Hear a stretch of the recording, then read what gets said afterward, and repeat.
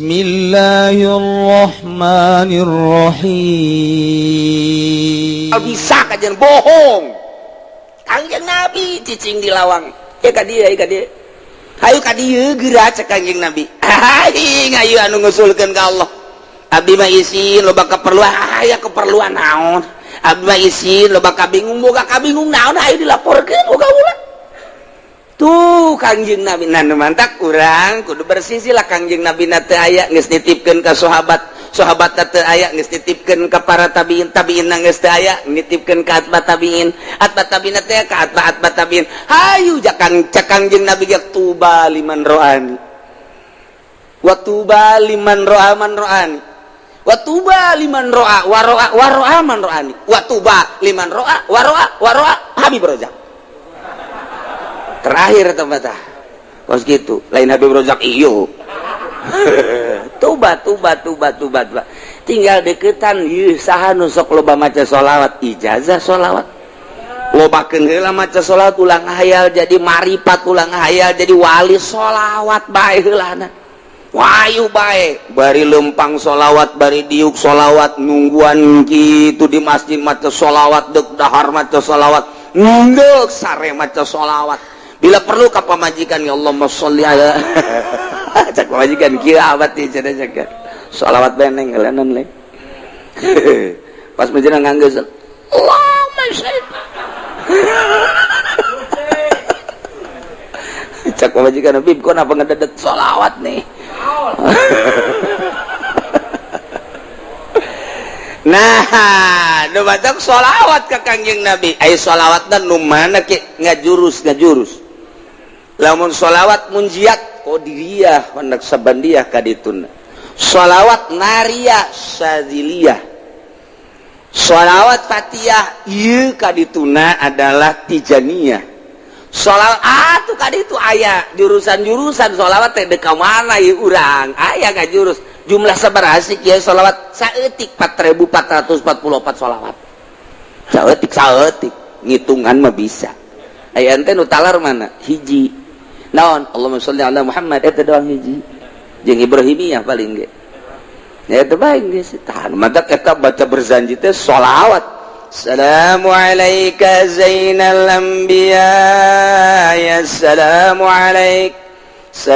alayka atqal azkiya ya assalamu alayka eta teh urang lamun nyaho ka hartina indah jasa alfal asfiya ngeunaheun azkal azkiya min rabbis samai terus nu mantak ngarenung bae urang peureum bentak jeruk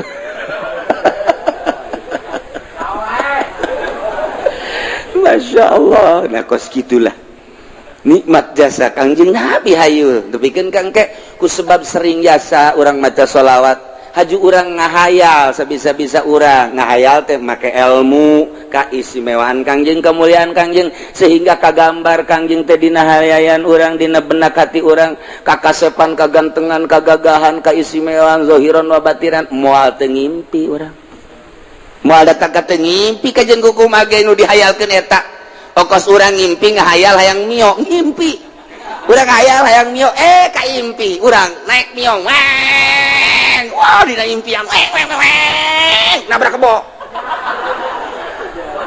barang hadena ngimpi aduh lamun nya nabrak kebros cilaka cak gadat ngimpi nya hayang kawin jasa kasih neng ngimpi hayang kawin jasa kahayal-hayal kasih neng aduh hayang jasa kaimpi kapanggih dina impian oh neng Masya Allah padahal mah dina asli nama teu bogoh dina ngimpi mah bogoh asli mah henteu geus ditolak sama barakali geus ditolak sama barakali teu usah ye dina surat lagi geus aya kos gituan tah nonsen macem-macem lah dina impian mah nyana daekeun nyana kurang dibawa waduh kos film India Romi Yuli kapanggih nyana wah aja gugulingan kos dina film India ngobrus aya kali gejemur ka kali sial hadena ngimpi doang tah eta teh impian teh nu mantap kabagi aya impian anu asli, aya impian kembang, aya impian khoyal. Tilu orang ngeuli gerege kitab ya gitu, atau aya karangan Imam Ghazali Ta'birur Ru'ya, aya Ta'birur Ru'ya nu meuli kuring letik, aya karangan Imam Ghazali caritaan. Ieu supaya ngimpi nu asli, sebab jeung Kangjeng Nabi bapan teu bisa anu setan ge. Setan teu bisa ngarupa Kangjeng ku sebab urang terus-terusan bae komo tamah macana amsaratifu man wa farqani wal hubuyat daridul ladzati bil alami maulaya sholli wa sallim daiman abada ala habibika khairil khalqi kullihim la amsaratifu man wa farqani wal hubuyat daridul ladzati bil alami maulaya sholli wa sallim daiman abada ala habibika khairil khalqi kullihim min amsaratifu man. Nah dibaca kurang meme sare wudu heula, tas ngala wudu, mandi nu bagus mandi heula, tas mandi ngala wudu, make pakaian serba putih, make sesengitan, sila urang hadiah heula ka guru urang anu ngaijazahan, haju ka sahibul mu'alika ta'libna yani Imam Busiri, kemudian langsung dikhususkeun ka Kangjeng Nabi, macana dinazomkeun barengan ku Maulaya Sholli bari jeung nyaho kahartina dibaca datang kareup sare. Sok kira eta syaratna kos kitu doang teh syaratna. Kurang sare teh mendek telentang ti mimiti dieu heula maulaya sholli wa sallim daiman abada ala habibika khairil khalqi kullihim. Nam saratifu man wa farqani wal hubuyat daridul ladzati bil alami maulaya sholli wa sallim terus datang ka urang rada geus rada non karang-karana engket-engket rek sare ngedeng langsung tam saratifu man wa farqani wal hubuyat daridul ladzati bil alami maulaya sholli wa sallim daiman PS sakali ente dua kali kaditu da mangin pasti jasa kula carita bulan puasa tah terus bulan puasa lempang ka Imah Ki Soleh di Imah Ki Soleh lewat jembatan aya jalan ka katu kukula nanya ai si jalan ka mana ieu nanya wi jalan ka Madinah padi Imah Ki Soleh kukula teh belah diri Imah Ki Soleh ieu Madinah surang jalan anyar cak nu ditanya teh nu bener ieu jalan anyar bagus teh guguran we kula lompat bener teu kebal aya Masjid Madinah ya Allah ieu Masjid Madinah ieu aya orang Arab kan anu unggal lawang aya orang Arab boleh dikasep tidak boleh ini khusus orang Arab cek yana juh neangan deui lah aing nyaho lah loba lawangna cek urang teh pulau itu aya deui orang Arab udah kasep tidak boleh khusus orang Arab cek yana orang ajam tidak boleh lupa kade itu unggal lawang aya orang Araban cak pemikiran teh jak Kangjeng Nabi malai nabi orang Arab jan nabi kabehan naik aing ka jeung kumaha ge naik kula ka luhur begitu naik ka luhur urang cek yana nggak boleh naik kadulu di handap wah kerumunan aya Kangjeng Nabi tuh ngancan katingali Kangjeng Nabi na ngan dina impian bingung ieu aing ngaragageun mana ringsek kasana ringsek aing ka mana ieu aju di tukang penjagana turun teu meunang di handap geus katingali kerumunan Kangjeng Nabi belah ditu ngancan katingali Kangjeng Nabi na jauh jadi kula ditungtung gitu tah ngan aya di luhur akhirnya kula turun ke handap alhamdulillah begitu nanya itu Kangjeng Nabi cenah buru-buru macet jelema teu bisa ka ditu hudang can kapanggih jeung Kangjeng Nabi geus hudang waduh cek kula teh Masya Allah tapi pan lumayan datang ke Masjid Madinah na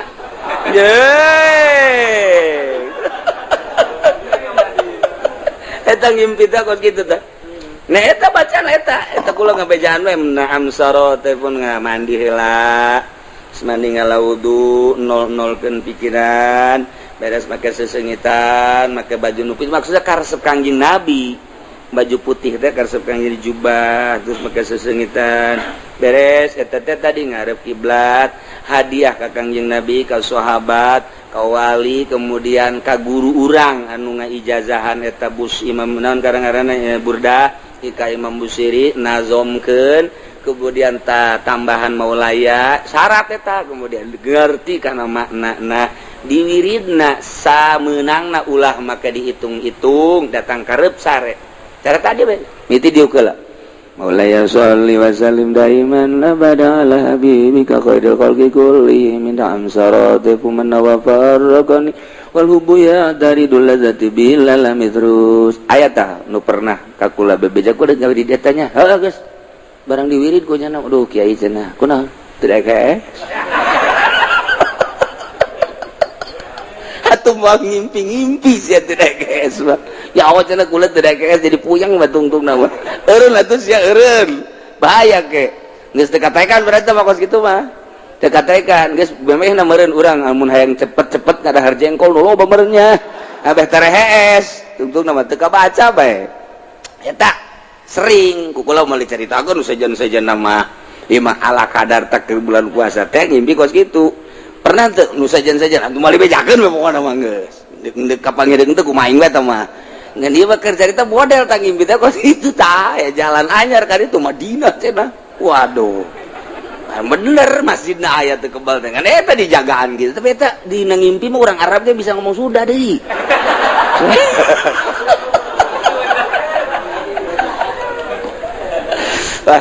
abah bebeja baheula abah waduh tas ngimpi kasasawan teh bebeja ka kula bebeja aduh abah anu ngimpi kepanggih jeung Kangjeng Nabi pohara jasa eta mah geus pohara aju di Madinah eta mah lain ngimpi aneh abah mah mantap aju 3 poe teh ka masjid tah abah moal ka masjid cenah 3 ieu mah heulanan kurang henteu bebeja asa sare asa henteu aya Kangjeng Nabi nu mantap atuh teu ka masjid abah asal eta kitu asal 3 poe Masya Allah geus saya caritakeun lah tah eta wiridanna eta ngan abah terus munjiata nu paling dia tah munjiat tunjina mantap kudu diijazahkeun heula tah eta Kangjeng Nabi asal geus urang kapanggih pernah kapanggih jeung Kangjeng Nabi bae lain neuleunan naon ihina neuleunan teh hina eueuh deui pang indah-indahna ngimpi kapanggih jeung Kangjeng Nabi mah indah jasa nikmat jasa kababayang bae deui moal poho-poho indah kapanggih jeung Kangjeng Nabi moal poho-poho jeung direresep kana maca sholawat teh diberesep aya nu kabari bebeja maca sholawat mujiat cenah kiai haju ngimpi kunaon kapanggih jeung maung wah saya ijazahna di mana di Habib Rozak teh pantes satu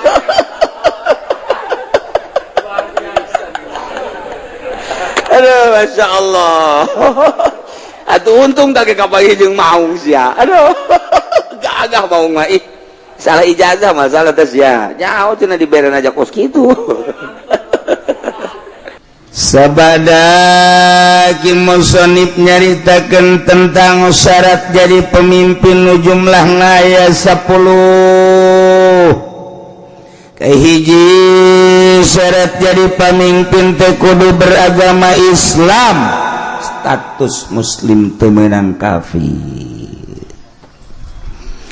dua kudu mukallaf teu meunang budak leutik teu meunang muedan ilu kudu urang merdeka teu meunang kasipatan kuroki amat hamba teu beunang kaopat zakaron kudu lalaki ulah cewek ulah awewe geus sing hade lamun geus diulah berarti bakal namun dipilih nimbulkeun karusakan tur nu milihna doraka sing ade nu kamari pernah milih awewe kudu ditobatan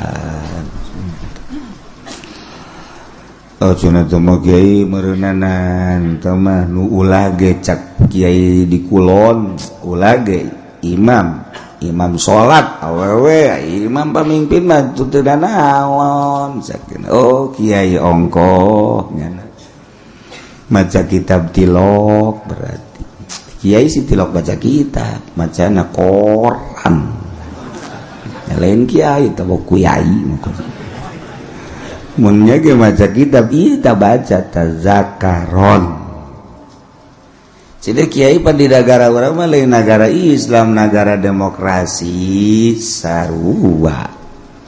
ketika urang berhadapan jeung masalah eta urang babagi supaya ulah terlalu jero teuing kasalahan urang geus masalah demokrasi nyieun kasalahan melegna gatuh ulah keun beta mah nyieun aturanna demokrasi urang kuari mah ulah terlalu ketiban tangga jatuh ketiban tangga jadi rengsek teman kayak gitu bara jatuh doang teu ketiban rada deres bae paling ringsek doang guys. Nah, jadi urang ulah sadajan di negara demokrasi ulah dipilih awewe. Kajen nyalametkeun diri urang bae. Geus aya kiai anu ngajakan kiai geus mangga yang kiai bae teh mangga. Nyebrang di jembatan Shiratal Mustaqim kiai bae di kitu. Sia aing mah hiber. Geus beres. Ulah sok sia mejeuna ulah sok ka kiai badal kos kitu mah. Kiai kudu disoan badal kos itu. Sia goblok, kiai lebih goblok. Tolol tungtuna turut begeun kiai. Aduh, ampun. Kelima kudu bangsa Quraisy maksudna aya benang merah jalur kepemimpinan kudu boga jiwa pemimpin mun teu boga jiwa pemimpin rusak negara acak-acakan kagenep adlan kudu nu adil bener-bener teu mementingkeun diri sendiri nyana siap untuk membangun bangsa jeung negara aya tanda-tanda keadilanana sebab kadele kurang hiji mun naik mobil kacana tilok ditutupan mana coba tangan pemimpin anu teu nutupan kaca moal aya dua mun boga rokok nyana teh kadele masyarakatna hayang ngarokok kajeun teuing nyana teu ngarokok rokona dibikeun ka masyarakat tah eta kan ngeunaheun kana hatena menang we satahun pajakna dicokot rokok dibikeun pajak dicokot blon nu jelas kudu adil urang neangan adil hese kuari katujuh mujtahidan pinter berarti sebab ieu negara lain desa-desa acat berarti loba konflik anu kudu dipecahkeun permasalahanana nyana teu kudu tuh nyatanya deui andai kata nanya hanya sekedar perbandingan jeung ilmu nu aya di otak nyana supaya lancar ieu negara kudu mujtahidan 8 sujaan kudu gede wawanen gagah ulah nu peleuya-peleye gagah ngindaheun urang boga pamimpin nu gagah kumis gede mantap hehehe janggotan cambangan jadi urang neuleuh tanjak dage asana betah urang barang neuleuh presiden atau raja urang ya ini mah beti kali kumisan janggotan macam ulah datang ka kos kitu teu bagus mun kunjungan ka Arab bisa didumling eta sujaan kudu nu gagah 9 zaroin yang kaharep sing ade yang kaharep si ayang ke kaharep jang diri urang bae salametkeun tanggung jawabna ke di akhirat orang bakal ditanya engke ieu mah nu geus mah geus bae geus tanggung ka neraka geus nu geus mah geus ieu nu endek bae endek nah deuleu ku urang mana nu gagah lalaki geus menaya aya we ulah lalakina nu gagah pinter eta nu dipilih ku urang kajen nyalametkeun diri urang bae eleh menang sabodok aing mah geus sakitu ta pemikiran aing teh lantaran engke ditanya di akhirat jehe kumaha gitu 9 zaraib ngabogaan pemikiran nu luas wawasan anu jero nu luas sebab negara 10 boga dedengan sempurna dedeluan sempurna ucapanana sempurna hartina teu balelo ulah ro jeung sarua cadel ngaranna mal beres atuh ro jeung lam kudu beda ro lam lamun akur engke teu bisa sifat anu wajib di Allah kasifatan ku sifat basol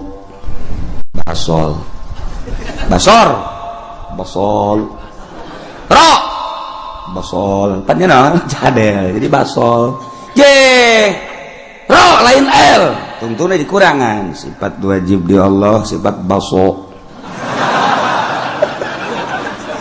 baso aing re teu bisa lam salah mending baso kan jadi salah tuh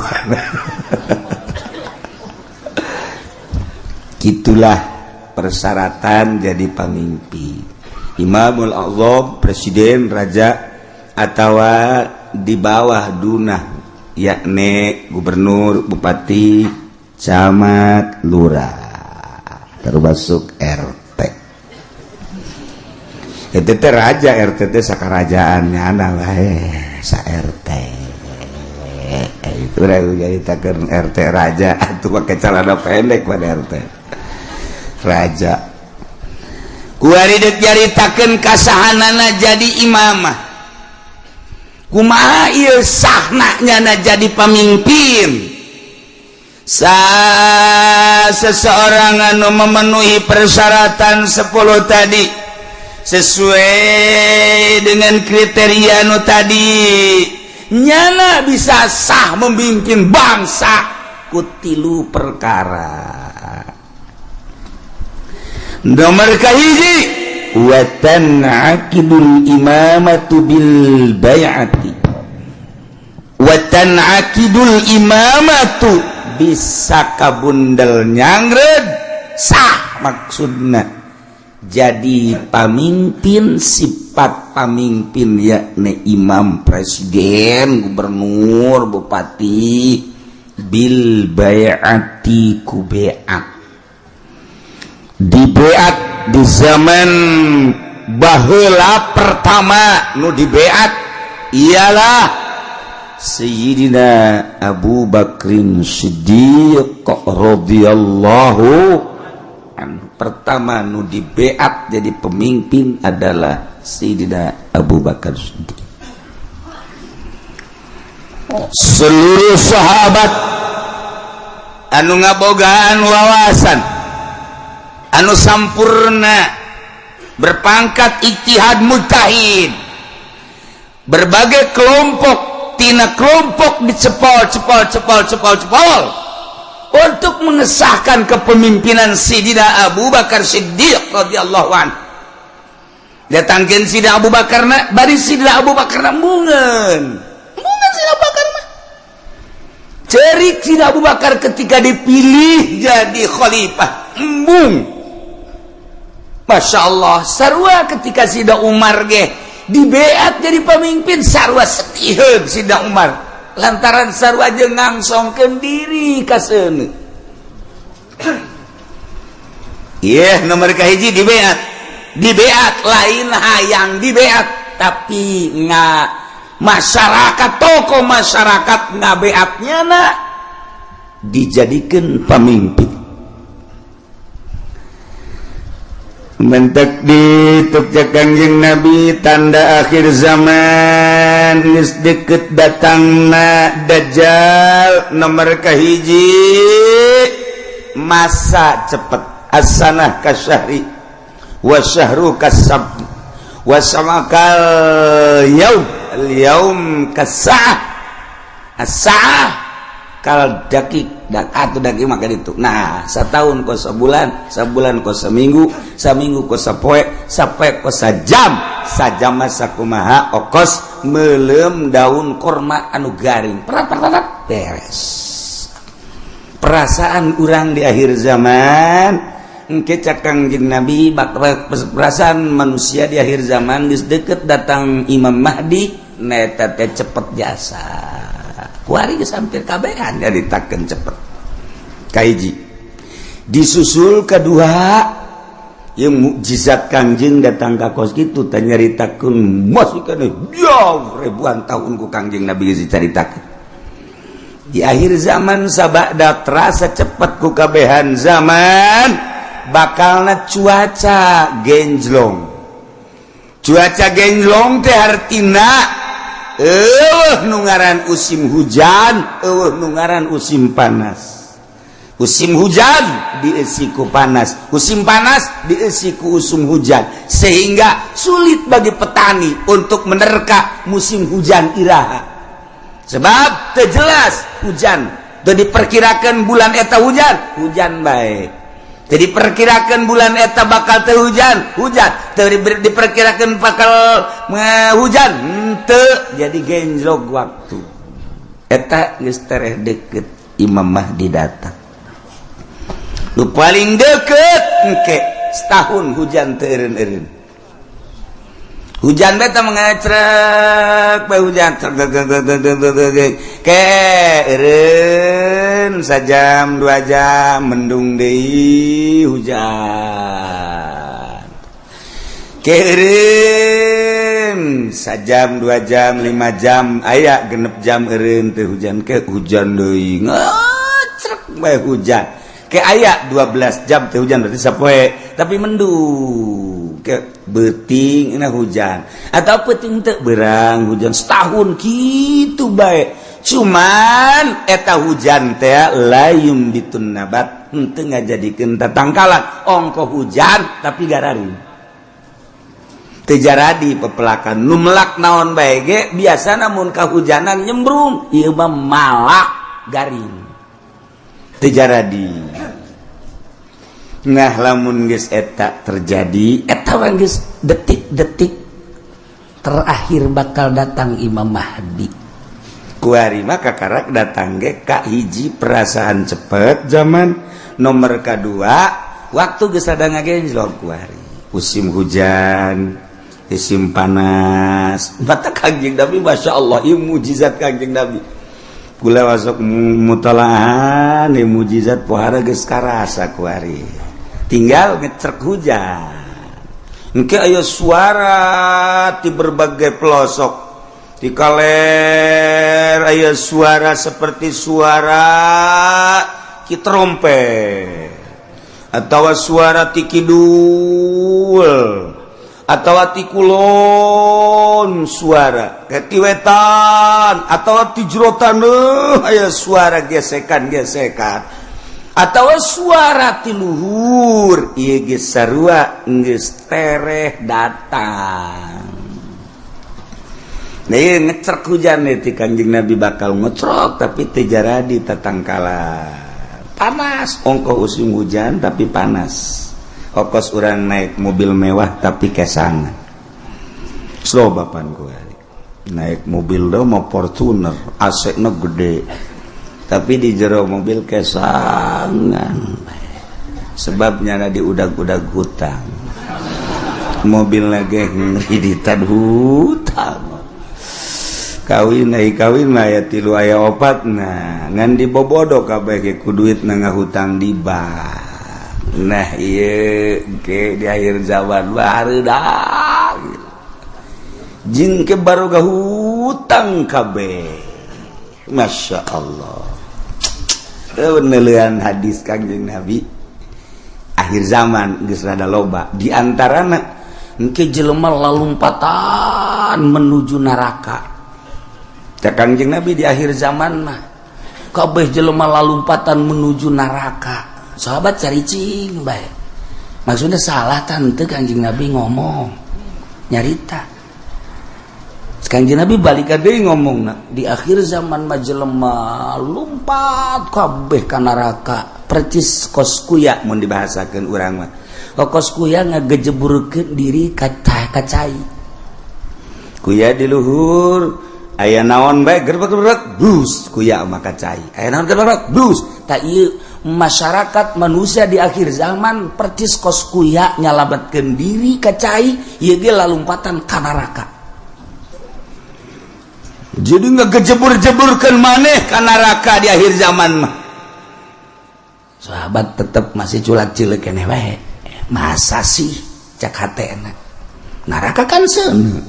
Mun jelema kudu ngagejeburkeun ka seuneu.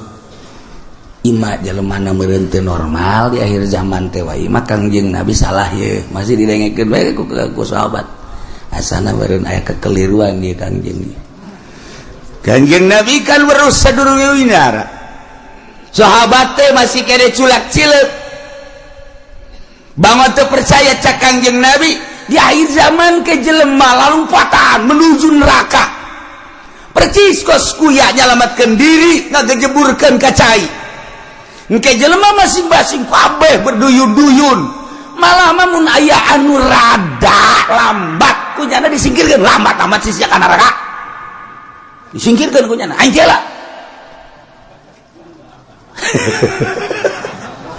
jadi anu jelema-jelema anu ngahalangan di lambat sia ka neraka bae kudu lambat aing teh lah wih bari yang berani ayo aing teh lah geus aing jadi pamimpin neraka geus oh beranian jasa berarti kan geus 3 kali Kangjeng Nabi nyarita kos kitu tah berarti beneran nanya lah sahabat wani 5 ya Rasulullah kunaon bisa kos kitu ya Rasulullah bisa jelema berduyun-duyun ka neraka sebab jelema kabeh memberanikan diri hayang jadi pemimpin mendaftarkan diri hayang jadi kepala desa mendaftarkan diri hayang jadi bupati mendaftarkan diri hayang jadi gubernur mendaftarkan diri hayang jadi presiden hayang jadi menteri eta ngaranna menuju neraka jahanam ya Allah ya Rabbi urang lamun ngomong kos gitu pan bupati dah ciai bibisana tok sama kos gitu mah sia aing mah keur ngaji sia daek ngadengekeun teu kaji ya mah ngaji ge ieu bangsa jeung jelema nu kos ka dieu be nu laletik aing. Muga dia mah teu kudu ngaji geus, ya jeung Kiai Golkar bae ka ditu. Aing mah keur nyaritakeun akhir zaman. Mun teu percaya datang bae dibere kitabna baca ku sia. Iya, teu bisa cenah macana. Emang sia mah ciri neraka teu bisa maca kitab.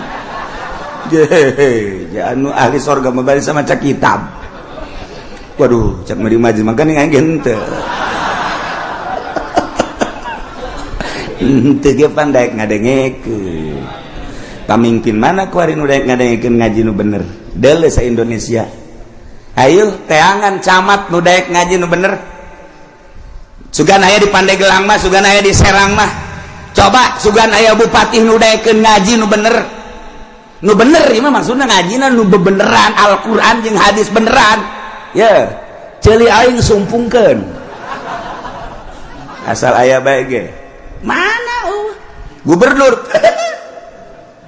ieu mah ngaji bae heula ulah ngalaksanakeun ngaji nu bener mana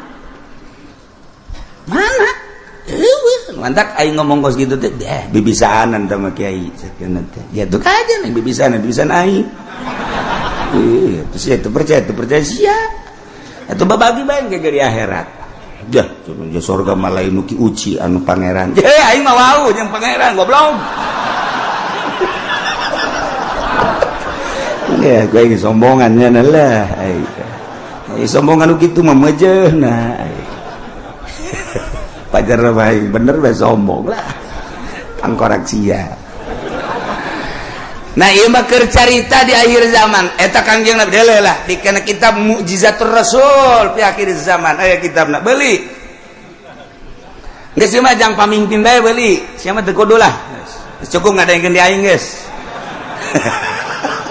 Ya Kiai Golkar tilok ngomong genu kitu pan Kiai partai tilok aing ye gua anu ngomong ye berduyun-duyun jelema menuju neraka kaget sahabat salah ngomong meureun Kangjeng berduyun-duyun jelema ka neraka asana lain meureun berduyun-duyun jelema ka neraka aya anu mandeg disikirkeun awas ya ayo sia mah ka nerakana halangan aing oh berarti bener cek sahabat 5 ya Rasulullah kunaon lantaran jelema memberanikan diri hayang mimpin batur puguh diri nage bobolokot ku dosa dek mimpin batur pan di zaman Kangjeng mah asal aya nu hayang we nyekel bendera memimpin perang ulah cek Kangjeng Nabi berarti aya gorod di balik mimpin perang aya keinginan nu tersembunyi di jerona ada udang di balik aduh ya mah ongkos nulungan rangda eta teh ada udang di balik rangda eta ka jeung hukum ge aya rangda ketabrak sepeda di ais eta teh lain sangais-gaisna mun ditanya karunya jasa ketabrak sepeda cakna isukna aya nini ketabrak motor diantapkeun ku nya goblok tadi pendi blon antap dia dia orang ada udang di balik eta aduh masya Allah nah ieu ge jekel bendera ketika hayang teh cek Kangjeng Nabi aya gorod ketika embung karak ya masya Allah mulus berarti. Nah jelema di akhir zaman teh anu memberanikan diri yang jadi pemimpin berarti nyana keur lumpat menuju neraka jahanam. Jelema anu dagang di akhir zaman mah berarti jelema anu siap ka neraka anu dagang ge. Sahabat kaget je pan ka dagang-dagang atuh. Kaget sahabat ge pan ka dagang-dagang kunaon? Sebab di akhir zaman mah eueuh anu teu riba. Dipikir aja berarti menuju neraka kabeh eta geus deukeut tamatah geus kos kitu mah geus deukeut jasa. Nah geus cerita akhir zaman tanda-tanda akhir zaman kasatu waladi zina tanda akhir zaman teh mabok tanda akhir zaman teh kitu sarik maling kabehan maling geus puguh masyarakat maling HP maling sepeda maling motor maling mobil atuh jadi negara ge maraling beda ngaran doang jang masyarakat mah maling jang di luhur mah korupsi beda ngaran urang lembur teh nyahoan korupsi pajar lain maling pajar maling mun urang bebeja ka urang lembur kan ini tuh itu tuh tukang korupsi bagus amat bagus sakit teh tuh nyahoan korupsi nya mah sarua jeung air mineral barang kurang dibere ini air mineral embung ini mah air mineral mah kunaon eta kan dicampuran mineral oplo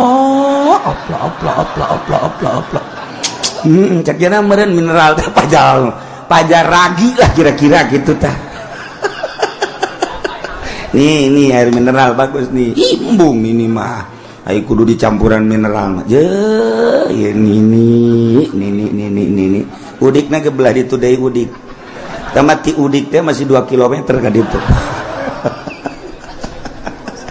eta loba bahasa-bahasa di akhir zaman mah urang lembur teh nyahoeun maksudna ditekan situasi dan kondisi cak urang lembur teh mah kiai isi-isian malulu cenah ngomong aing mah teu betah urang lembur atuh dibere bahasa kos kitu ternyata ndek inteleka ieu urang lembur teu ngarti eta teu nyambung ngaran di lembur mah ngomong lembur bae.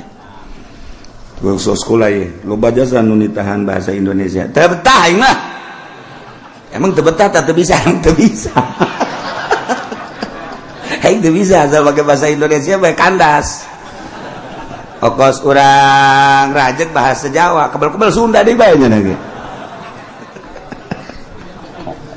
Aduh masyaallah. Nah, ieu jadi orang namun nyaritakeun mujizat Kangjeng Nabi kadang hayang seuri bahasa Kangjengna nu hayang seuri hebat amat ngabahasakeunna yusafiruna ila jahannam berangkat kabeh ka jahanam nu kadua yas'auna ila jahannam lumpat yas'auna mah yusafiru mah leumpang yas'auna mah lumpat sahabat kaget penyaluluatan si ka jahanam koreng bener sia ulah yang serikeun pamimpin lumpat ka jahanam nu tadi kadua pedagang ge orangana lalumpatan ka jahanam nomor katilu cak Kangjeng Nabi di imah bae ge tetep ka jahanam bae yeuh ajeuna mah kabehan tah bupati rada lega bae tadi mah kaing doang cak bupati jeung gubernur sia ge sarua ayo atuh berjamaah lah 5 ya Rasulullah kunaon make jeung di imah bae ge sebab di jero imah ge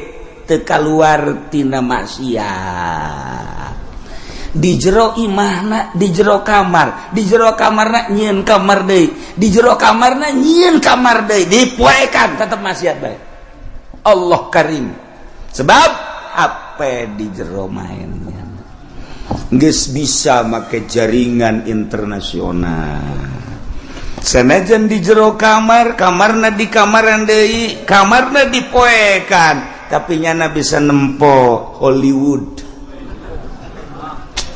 di jero kamarna di kamar dipoekan tapi nyana keur aya di Hollywood.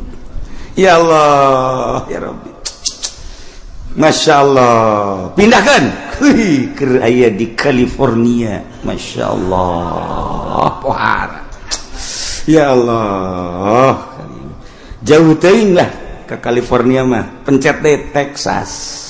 Woi, cek nini eta sih negara mana? Ulah loba omong nih. Nini mah nini bae nyahona paling ge bojong bae. Kendal bae nyahona bangsa nu karari itu bae teketos bae. Geus nyahona kadinya bae. Pugu di bojong geus sarujeng di Texas kuari mah. Eueuh nu teu akur kuari. Kahirupan di Amerika jeung di Citra aja atuh beda. Kahirupan di California jeung di BSD teu beda saeutik ketika can akur. Sok deuleu naon nu eueuh kuari. Di BSD lamun di Amerika urang ningali minuman bebas. Urang turun di pesawat di Abu Dhabi. Minuman ti mimiti segede cinggir datang ka segede awak. Minuman haram aya digelar. Di Abu Dhabi, cek urang ieu negara Islam nama ieu, tapi pan minuman pohara. Ayat-ayat anu patali kana sifat kapangeranan bahwa pangeran teh Gusti Allah nu maha kawasa maha kersa. Diberi ayat ku Gusti Allah yane tanda kamaha kawasaan Allah timimiti sisikian kemudian hujan berbagai tatangkalan panang Allah kabeh tambah deui berbagai planet perbintangan pan kabeh ge nang Allah tambah deui ku Gusti Allah dadamelan Gusti Allah teh ieu bumi jeung sajaban laut kabeh meunang Gusti Allah. Kurang kumaha Allah ngadatangkeun ayat sebagai tanda kamaha kawasaan Allah. Lantaran kabeh ge eueuh nu bisa nyieun, eueuh nu mampu nyieun, nu ngadamelna hiji Allah Subhanahu wa ta'ala. Etalah ayat-ayat nu tadi. Kuari dilanjutkan ku Gusti Allah dek jaritakeun tentang sifat kanabian Kangjeng Nabi urang. Sifat karasulan Kangjeng Nabi urang. Tentu Kangjeng Nabi teh nu mantak diangkat jadi nabi, diangkat jadi rasul, dibere kaistimewaan ku Gusti Allah. Hiji nabi, hiji rasul nu teu dibere kaistimewaanana nyaeta mukjizat. Turun sabada Kangjeng Rasul teu aya para sahabat diangkat jadi wali-wali Allah. Karomahna pohara jasa. Dilanjutkan ku para tabiin, ku asbat tabiin yang sebagai kekuatan jiwana diberi karomah ku Gusti Allah. Terus datang ka kuari teureun para wali-wali Allah. Di negara lamun wali ajur ujiana, sekalipun di negara kafir tetap aya wali Allah. Ulah-ulah di Indonesia nu maulidan marhaba rajaban loba, di Amerika tetap Allah nenden wali na di dinya. Di Inggris Allah tetap nenden wali na. Di Perancis Allah tetap nenden wali na. Mantak ulah kaget lamun di Amerika loba nu asup Islam, di Inggris, di Jerman, di Perancis, di Australia eta teh loba nu arasup Islam teh. Ieu berarti kan aya nu dakwah. Dakwahna urang mah kuari mah diondang rajaban, koncreng balik mawa berkat, lain dakwah tama usaha. Usaha tama nu kos kitu mah buktina usaha hasil dakwah kabeuli apansa. hasil dakwah ganti tina Avanza kana Innova, hasil dakwah ganti tina Innova ka Fortuner. Ye, atuh teh mah ngelehkeun calotanan nu kos kitu mah. Lain dakwah aja hasil dakwah mah kudu kieu ngomongna. Alhamdulillah nu tadina teu bisaeun wudu ku gara-gara kiai anu datang kadinya jadi rarapi wuduna. Nu belah ditu teu daek sarolat tadina barang datang kiai eta dakwah kadinya masyaallah akhirna rarapi salatna. Nu tadina belah ditu jelema kararaya henteu darekeun ngazakat barang aya kiai eta dakwah kadinya daraek ngazakat. Kiai nama teu boga nanaon na eta mantep takos. Eta mantep takos kitu hasil dakwah.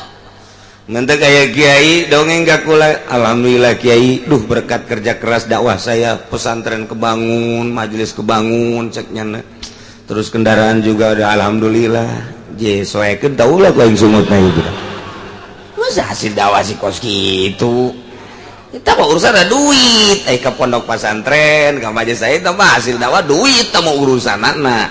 Dakwah mengajak manusia supaya wauh ka Allah. Nu tadina teu iman supaya iman, nu geus iman supaya leuwih mantep imanna. Nu encan ma'rifat supaya ma'rifat eta ngaranna dakwah kos kitu. Jadi salah kaprah ku ari mah dakwah. Mentak lamun teu diberkatan manyun bae kiai. Ya dakwahna nu dimaksudna ge eta. Saju mun diondang deui ka dinya dibuledan.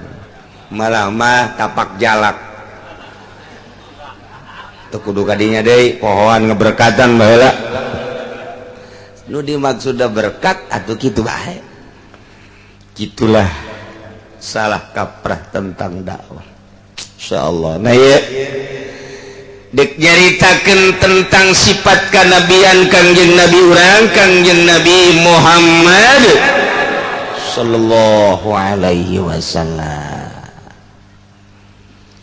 وَكَذَلِكَ نُصَرِّفُ الْآيَاتِ وَلْيَقُولُوا دَرَسْتَ وَلِنُبَيِّنَهُ لِقَوْمٍ يَعْلَمُونَ. Kangjeng Nabi teh diangkat ku Gusti Allah jadi nabi, diangkat jadi rasul ku Gusti Allah ketika umur mencapai 40 tahun perjalanan. Kangjeng Nabi memeh diangkat jadi rasul teh luar biasa istimewana.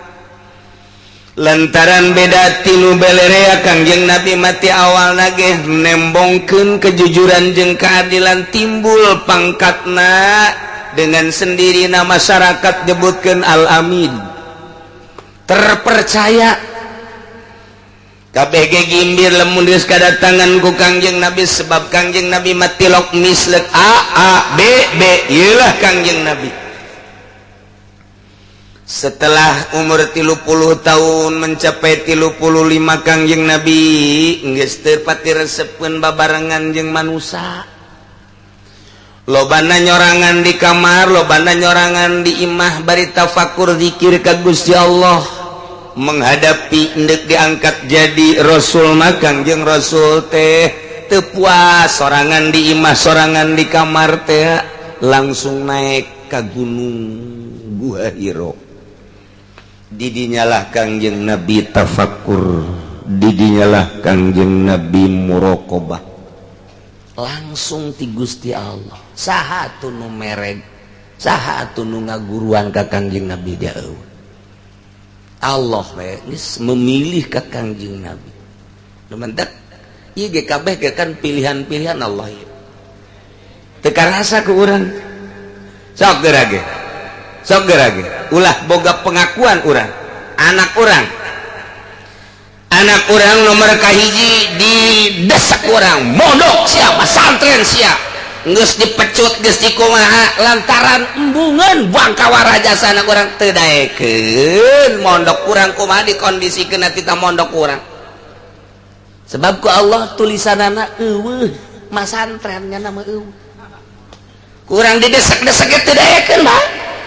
nuka dua lah saya mau nitah geus pokona mah kumaha nyana bae kakarak kaluar tamat sekolah SD dong bah pasantren geun bae kula bah pasantren mah sekolah semual bah lah kunaon mah lah usara kalau mah tawuran marah rabok batu buareres bener sih ada mondok bener tadi titah teu naon mondok pilihan Allah jih dek kumaha coba nu katilu mondok teu daek sakola teu daek anggeus wah berat ieu bagus berat nu kahiji mah teu daekeun mondok ngan sakola mah daekeun deres nu kadua mah mungen sakola pandangan hatina geus kos kitu bae tawuran aya di sakola zina aya di sakola mabok aya di sakola telayang cak nu kadua kula mah mondok bae mantap nu kadua nu katilu ieu mondok embung sakola teu daek main PS bae gawe kan pilihan dek wae ayo aduh sanajan cicing bae ge kolot cicing bae ge bakal gitu bae ngan ulah cicing tetep urang disupri ngatur kullukum ra'in wa kullukum mas'ulun an ra'yati urang teh bertugas ngangon adapun diangon ge ai mapal mah mapal bae ieu ngan urang sebagai kolot ngangon tuduh kan santren sia mondok sia tetep bae teu daek bae jadi pilihan Allah bae nemantak andai kata jelema dibawa ke hutan cicing di hutan coba set di hutan pager ulah kena ka mana cicing jadinya ulah aya anu ngadidik ulah aya anu naon mere naon coba kumaha jeleueung nya bakal terdidik sorangan ka kumaha kahayang Allah ulah hiji jelema dididik di leuweung nu ieu belah dieu nu ieu belah dieu bakal beda kumaha Allah sesuai jeung karakter masing-masing jeung kahayangna masing-masing nu hiji engke bakalna resepna ngadaharna suweg bae jayana suweg ngeunah caknya suweg teh di leuweung atuh nu hiji resepna nya nama ngadaharan wibutun bae nu hiji pupucukan teu meunang mangih pucuknya nama pucuk naon bae termasuk pucuk isuk-isuk terus beda-beda cara resep dadaharan ngomong bakal beda sanajan engke bakal tibul bahasa Arabna bakal beda-beda kumaha Allah engke bakal tak hirup di tengah-tengah manusia dididik kurang tapi tetap boga jalur masing-masing nuka ditu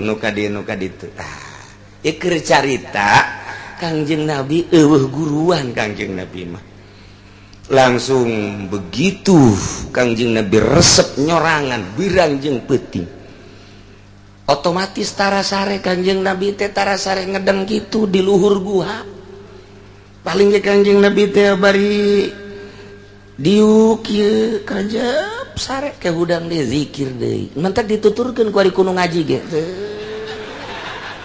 ngan lain ngerejet mah kerek nurutan Kangjeng di guha cek cenah oplo jasa teh budak teu boga kaisin di tengah-tengah jelema kerek teh blon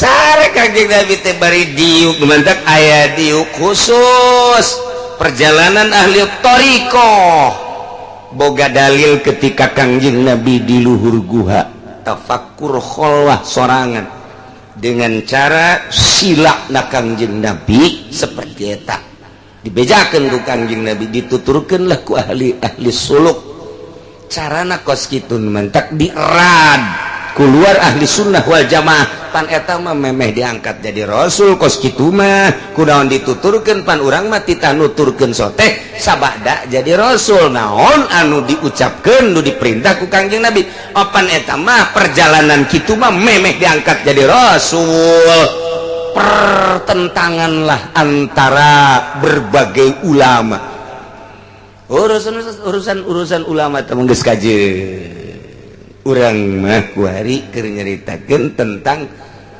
kanabian Kangjeng Nabi urang Kangjeng Nabi Muhammad sallallahu